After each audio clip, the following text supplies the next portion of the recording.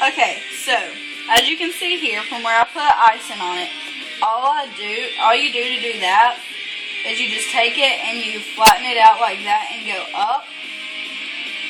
And the reason that I'm doing it like this is because my ice had melted a little bit, so I had to put it in the refrigerator to get it to set a little bit so I can use it on this side. And if you have little places like that or that, you know, you can just get icing at the end and put over it, or if you're going to use colors to decorate it, you can put colors over it. But see, you just take it like this, and you can do that.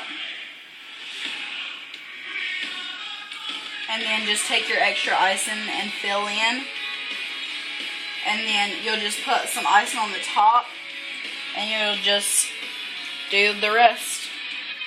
And that's pretty much how you make the cake. I hope that this helped you, and maybe you can go bake one yourself. Or not, and just let me do it.